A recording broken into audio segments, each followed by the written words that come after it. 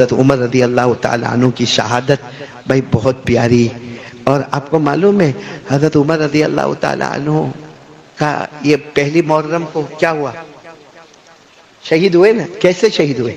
ایسے نہیں کہ آپ کے سامنے دشمن آ گیا اور آپ کو مارا اور آپ نے مارا, نہیں. حضرت عمر تو فجر کی نماز پڑھا رہے تھے. پہلی محرم نہیں, ذی الحجہ کی 26ویں تاریخ یا ایک روایت میں 24ویں تاریخ ذی الحجہ کی آپ کون سی نماز پڑھا رہے تھے؟ فجر کی نماز. آپ فجر کی اس وقت ایسے بڑی بڑی لائٹیں نہیں ہوتی تھی, آپ فجر کی نماز پڑھا. اور اس زمانے میں فجر کی نماز بہت لمبی ہوتی تھی, بہت لمبی. حضرت عمر رضی اللہ تعالیٰ عنہ فجر کی نماز پڑھا رہے اور پہلی رکعت کے دوسرے سجدے سے اٹھ رہے. بولو کیا کر رہے؟ اٹھ رہے اللہ اکبر کہہ کے دوسری رکعت کے لیے اٹھ رہے. اچانک پہلی صف میں سے ایک پلان کیا ہوا غلام جس کا نام تھا فیروز. کیا نام تھا؟ فیروز. بس وہ وہاں سے نکلا, پورا کالا کمبل تھا, اس کے ہاتھ میں خنجر تھا اور خنجر میں زہر بھرا ہوا تھا. وہ سیدھے یوں آگے آیا اور حضرت عمر کے پیٹ میں ڈال دیا. اور حضرت عمر وہی پیٹ پکڑ کر بیٹھ گئے اور کسی نے آگے آ کر نماز پڑھا دی. فجر کی نماز مکمل ہو گئی اور حضرت عمر کو اتنا خطرناک زخم لگا تھا کہ دودھ پیتے تھے تو پیٹ کے راستے سے باہر آ جاتا تھا, شہد ڈالتے تھے تو پیٹ کے راستے سے باہر آ جاتا, کھجور کا جوس رکھتے تھے تو پیٹ کے راستے سے باہر آ جاتا تھا.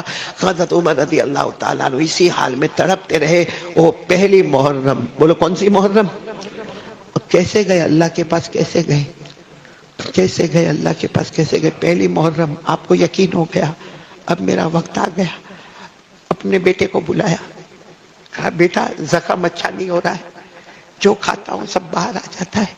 تو بیٹے نے کیا کیا, ایسے پلاٹھی مار کے بیٹھ گئے. بیٹے کا نام حضرت عبداللہ, بولو حضرت عبداللہ. اپنے ابا کے سر کو اپنی گود میں رکھ دیا اور کہا ابا آپ تو بہت پیارے, ابا آپ نے جو انصاف کیا ایسا انصاف کوئی نہیں کر سکتا. ابھی تو تعریف کر رہے تھے. کہا بیٹا ایک کام کر, میرے سر کو تیری گود پہ سے اٹھا دے. تو کہا ابا میرے لیے فخر کی بات ہے کہ آج میرا ابا میرے پاؤں پر ہے. کہا نہیں, اب میں تیرے پاؤں کا حقدار نہیں ہوں, اب میں زمین کی مٹی کا حقدار ہوں. ڈال دے مجھے مٹی پر, ڈال دے. اب معلوم ایک تو پیٹ میں زخم لگا ہوا ہے, مرہم پٹی ہوئی ہے, اور حضرت عمر پوری زمین پر یوں لوٹ پوٹ اور ایک ہی جملہ کہتے ہیں تبت لک یا عمر ان لم یغفر ربک. لوٹ پوٹ کرتے کہتے ہیں عمر برباد ہو جائے گا اگر اللہ تجھے معاف نہیں کرے گا. عمر تو برباد ہو جائے گا اگر اللہ تجھے معاف نہیں کرے گا.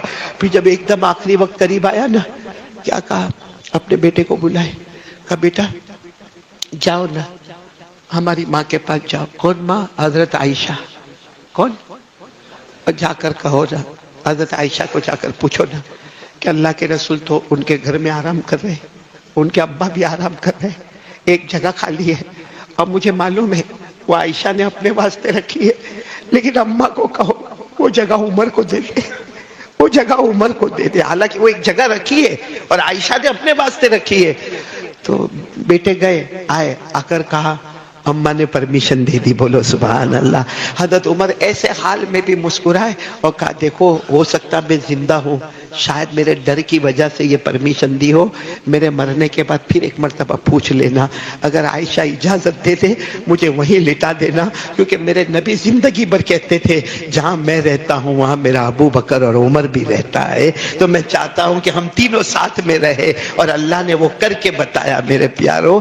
لیکن یہی پہلی محرم تھی جو حضرت عمر رضی اللہ تعالیٰ عنہ وہ 4 دن یا 6 دن آپ نے درد میں نکالے اور اس کے بعد پہلی محرم کو اللہ کو پیارے ہو گئے. بولو انا للہ و انا الیہ راجعون.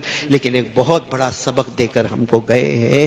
آج سے کون کون ارادہ پکا کرتا جو حضرت عمر سبق دے کر گئے, جو ایک بیوہ عورت پہ رحم کرنے والے, جو ایک جانور کبوتر پہ رحم کرنے والے. اور حضرت عمر کے ایسے معلوم نہیں کتنے واقعات ہوں گے جو جانوروں پر رحم کیا. صحابہ کرام نے جانوروں پر رحم کیا, ہمارے آقا صلی اللہ علیہ وسلم نے جانوروں پر رحم کیا.